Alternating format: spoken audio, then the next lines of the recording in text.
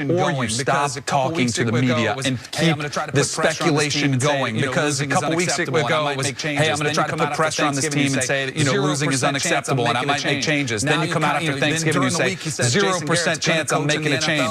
Now you then during the week he says Jason Garrett's going to coach in the NFL somewhere without endorsing him. Jerry Jones is a part of this problem too. That's something that doesn't get talked about enough. It is dysfunctional the way he runs this organization, the way he gets involved in a lot of the decision making, the way he holds press conferences after every single game and gives us all stuff to talk about and adds additional pressure to this team who clearly is not handling it well right now. So one of those two things are going to happen. I don't think either of them do though. Because what's the point of this game? Is that really going to be the difference if you get rid of Jason Garrett? Is that going to put you over the hump? No. If his contract's done, just let it play out. It'll be easy for you. If you're Jerry, you'll be an easy decision to make. That's where I think he's falling back on. And what happens if they do win the NFC East and all this talent puts it together? Coach in place. We've seen other teams struggle. If you want that to happen, what if they are able to fight through it? We've seen other teams struggle at times. If they are able to fight through it, go ahead. I was going to say at minimum. So here's the thing. I don't think it's if you're NFC East, you're keeping because that's the worst division in the history of football. I don't think it's if you win a playoff game. I think you have to go to the NFC Championship game to keep Jason Garrett, and then it's there for you. If he does, no, and my point is because of the talent, if all of a sudden they had an infusion of a great head coach, I'm not saying we have no idea if Chris Richard would even be an average head coach, but I know what Jason Garrett is. At this point, I would take the unknown over the known because what I'm about to show you is unacceptable. The Cowboys points scored, points allowed, yards forced, yards allowed. Compared to, I'll tell you that team is in a moment. They've scored more points. They've allowed fewer points. Who's the other team? They have 1,000 more yards in the season. They've allowed fewer yards. Who's the other team? Show me, please. The 10-2 Seattle Seahawks. You know how a team can have scored fewer, allowed more? They had 1,000 fewer yards, allowed more yards because of two people, Pete Carroll and Russell Wilson. Russell Wilson makes the critical plays in the critical spots, and Pete Carroll always has his team ready to take a punch. Pete Carroll can Jedi mind trick his team into saying, we're going to punt the ball away crazily with a minute 40 left in overtime with no timeouts, and we're still going to win this game, boys. And somehow they do. Like, you can't acquire Russell Wilson, but you can change the head coach to hope to find your Pete Carroll. Well, you were a player. You were in locker rooms. Would a coaching change like this, is this something that can actually galvanize a team? I mean, this is a very talented team that seems like they are fractured right now. They absolutely are. They are the unknown commodity and a new head coach for the first time. Could that actually galvanize a team? It could. It could. I mean, sometimes there's a sense of urgency that needs to be, a change needs to be made to spur something different. The problem is, I think that only adds to the panic level. You mentioned the Seahawks. They are the definition of a clutch football team, and right now the Cowboys are the antithesis of that. Like, I don't even know what the word is for anti-clutch, but they cannot get it done when it matters the most. They're great.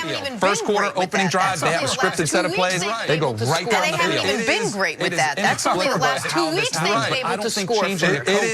It is inexplicable how this happens, but I don't think changing a coach is all of a sudden going to rattle the cage, and all of a sudden they figure it out in this. I don't think it will either, but I know that the status quo is going to lead to, if they win the division, getting crushed at home by either Seattle, who they I don't think that's a done deal. If you had me put money on a team, I would clearly put those. But what happens if all the stats you give me, top 10 defense, Zeke puts it together? What if he rushes for over 170? Get punched in the face with full ground. And by the way, on that comparison, credit to Football Perspective on Twitter, who brought it up last night. I saw it. I thought it was great. So I'm putting on the show. And the Patriots, let us move on to the biggest matchup on Sunday. The Chiefs and the Patriots, the new chosen one, and Pat Mahomes against the original chosen one, and Tom Brady. TB12 knows how fast this Chiefs team plays. Mahomes knows you can't make mistakes against Brady and Belichick. I know that Nick will have an opinion on this one. So, Nick, take it away. Who wins this game on Sunday, Patriots or Chiefs? This is the first time that I would be legitimately at least 5 years that I would be legitimately surprised. It's not just that I think the Chiefs can win. If the Patriots win a home game. It's that I think the Chiefs will win. It's not just that I think the Chiefs can win. It's that I think the Chiefs will win. I look at how they've played against the resumes of these two teams. I look at how they've played against the best competition. How they've barring some unforeseen circumstances, why wouldn't Kansas City go to Foxborough? Barring some unforeseen circumstances, why? Let's just look at it. Kansas City go to Foxborough and win. In that game. The Patriots last month, Danny, and then let's just look at it. They lost that game Baltimore twice. They were down 17 in that game twice. 17-0 and then 37-20. They lost that game twice. Fitzpatrick they escape against Philly. Philly since then has not won a game and let Ryan Fitzpatrick hang 23 straight on them. They escape against Dallas 13-9. Dallas since then has not won a football game and looks terrible. They didn't play Houston and they're down 28-9 with 4 minutes left in that football game before they had some garbage time points. Kansas City, on the other hand, this year, they are to me wildly undervalued because you look at the record compared to last season, which by the way might end up being the same thing, 12-4, 12-4. Kansas City's played one bad game all year. The game against Indianapolis on Sunday Night Football where they the offense was a no-show the entirety of the game. They have two what I would consider great wins, beating Baltimore and then beating Minnesota with their backup quarterback. And they also were tied with Green Bay in the fourth quarter with their backup quarterback. The Chiefs are a team that while they have had some really bad game management moments late in games, which might be par for the course for an Andy Reid team, they have shown the ability to beat the best teams in football. The Patriots have absolutely not. All right, I've made this mistake that you are making right now. Before in my life, I have doubted the Patriots late in December or last year in the playoffs. Said, man, this team looks like just left for dead. Like they don't have anything left in the tank. I've made that mistake as well. And I'm not making it again until Brady and Belichick decide to ride off in the sunset.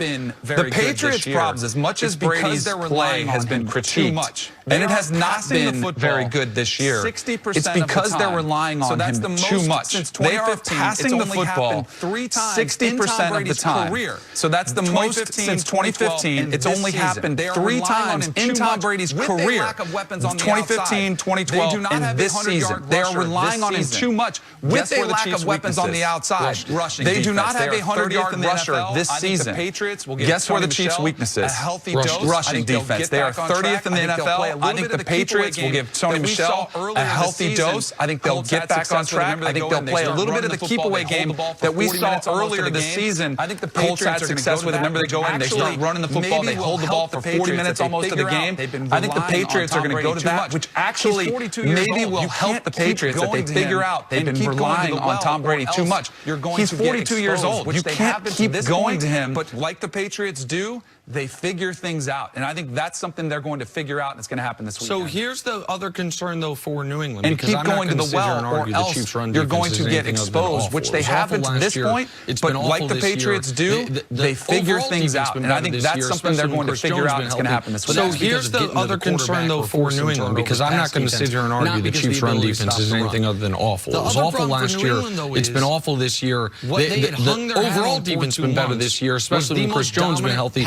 But that's because of getting to the quarterback or forcing turnovers, pass defense, not because of the ability to stop the run. The other problem for New England, though, is 18 interceptions. What they had hung their hat on for 2 months was the most dominant pass defense the league had ever seen through 8 games. That's what it was through the first 7-8 weeks of the season. 1 touchdown allowed, 18 interceptions. A quarterback rating allowed of 35. When you get a 39 for spiking the football. Like, they were absolutely perfect in pass defense. Since they have started, it started with Baker. Baker, then Lamar, then Wentz, then Dak, then Deshaun.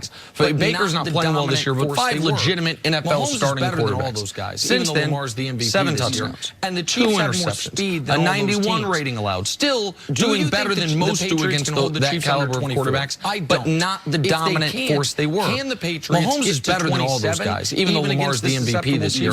And the Chiefs have more speed than all those teams. Do you think the Patriots can hold the Chiefs under 24? I don't. If they can't, can the Patriots get to to 27, even against this susceptible Chiefs defense?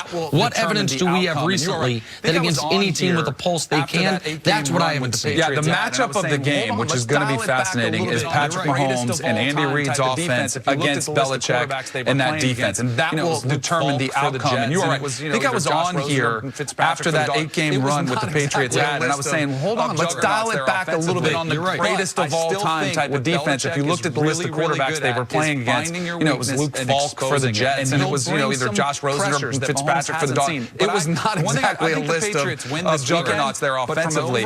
But I still think what Belichick is really, really good at is finding your weakness and exposing it. And he'll bring some pressures that Mahomes hasn't